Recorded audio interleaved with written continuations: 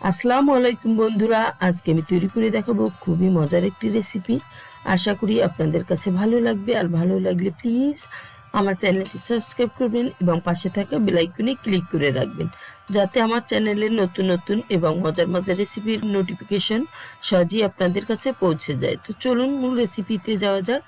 আমি এখানে 350 গ্রামের মতো মুরগির মাংস নিয়েছি। আমি বুকের মাংস কিউব করে কেটে নিয়েছি।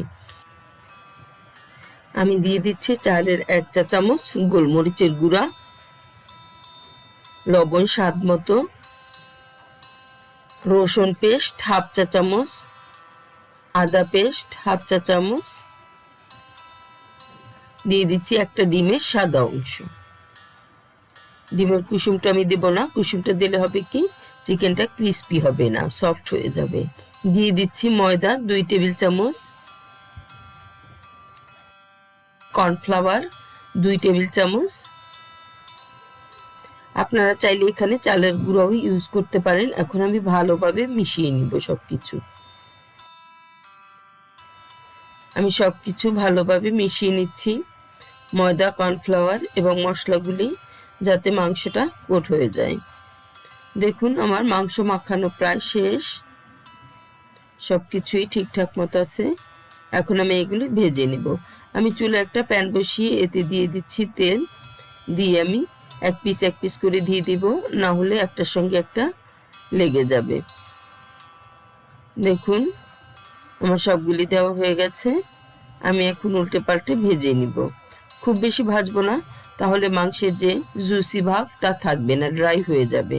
তাই আমি হালকা কালার চলে আসলে এবং মাংসটা একটু সিদ্ধ হলেই নামিয়ে ফেলবো। আমি আজকে তৈরি করে দেখাবো sweet and sour garlic chicken. আশা করি আপনাদের কাছে ভালো লাগবে। আর ভালো লাগলে অবশ্যই বাসায় ট্রাই করবেন। এটা বাচ্চা বড় সবাই খুব পছন্দ করবে। এটা ফ্রাইড রাইস কিংবা পোলাওয়ের সঙ্গেও আপনারা খেতে পারেন। দেখুন আমার এটা ভাজা হয়ে গেছে, আমি তুলে নিচ্ছি। আমি এখন এর জন্য একটা সস তৈরি করে নেব। আমি এখানে নিয়ে নিচ্ছি হাফ কাপ টমেটো কেচাপ, দিয়ে দিচ্ছি 1 টেবিল চামচ সয়া সস, 2 টেবিল চামচ ভিনেগার, আপনারা চাইলে এখানে লেবুর রসও দিতে পারেন। দিয়ে দিচ্ছি 1.5 চা চামচ পরিমাণ চিনি, দিয়ে আমি ভালোভাবে মিক্স করে নিচ্ছি। এতে দিয়ে দিচ্ছি আমি স্বাদ মতো লবণ দিয়ে আবার মিশিয়ে নিব। মিশানো হয়ে গেছে।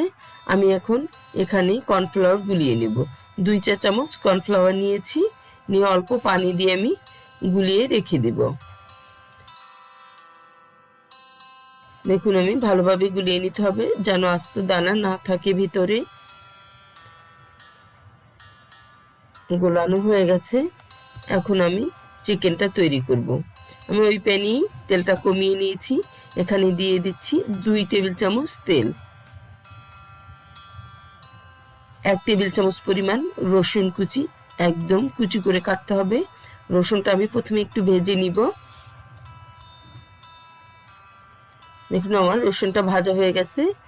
এতে দিয়ে দেব আমি পেঁয়াজটা কোষ খুলে নিতে হবে। দেখুন আমি কিভাবে কোষগুলি ছাড়িয়ে নিয়েছি, এভাবে ছাড়িয়ে নিতে হবে। এখানে আমি 2টা পেঁয়াজ ইউজ করেছি, আপনারা চাইলে একটু বেশিও দিতে পারেন। আমি একটু হালকা সতে করে নিব। দিয়ে দিচ্ছি 2 রকমের ক্যাপসিকাম, এটাও আপনাদের পছন্দ মতো দিবেন। আমি লাল এবং সবুজ ক্যাপসিকাম দিয়েছি, দিয়ে একটু সতে করে নিচ্ছি। হয়ে গেছে। এখন এর মধ্যে দিয়ে দিব আমি যে সস রেডি করেছিলাম তা। আমি রান্নাটা হাই হিটেই করছি। সসটা অনেকটাই শুকিয়ে আসবে যখন, তখন আমি দিয়ে দিব চিকেনগুলি। দেখুন এটা শুকিয়ে এসেছে প্রায়, যেটুকু আছে তাও চিকেন অ্যাবজর্ব করে নিবে। দিয়ে দিচ্ছি কালো গোলমরিচের গুঁড়া, দিয়ে আবার একটু নাড়িয়ে নিচ্ছি।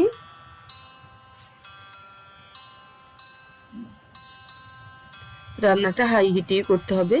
এখন আমি এতে দিয়ে দিচ্ছি চিকেন, সবটুকু চিকেন আমি দিয়ে দিয়েছি।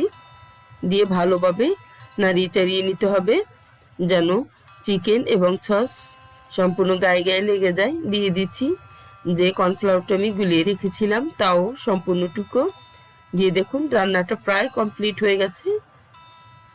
আমার রান্নাটা রেডি প্রায়। এটা রান্না করতে খুব বেশি সময় লাগে না, কারণ চিকেনটা আগেই সিদ্ধ হয়ে গেছে, জাস্ট সস এবং সবজিগুলো মিশাতে যতক্ষণ। আমি এখন একটা সার্ভিং ডিশে সার্ভ করে দিচ্ছি। দেখুন আমার কাছে তো দেখতে খুবই ভালো লাগছে এবং এটা খেতেও অসম্ভব মজার। তো বন্ধুরা, আমার রেসিপিটি ভালো লাগলে লাইক দিবেন, প্লিজ আমার চ্যানেলটি সাবস্ক্রাইব করে দিবেন। যারা সাবস্ক্রাইব করে দিয়েছেন তাদেরকে অসংখ্য ধন্যবাদ। সবাই খুব বেশি ভালো থাকবেন। আল্লাহ হাফেজ।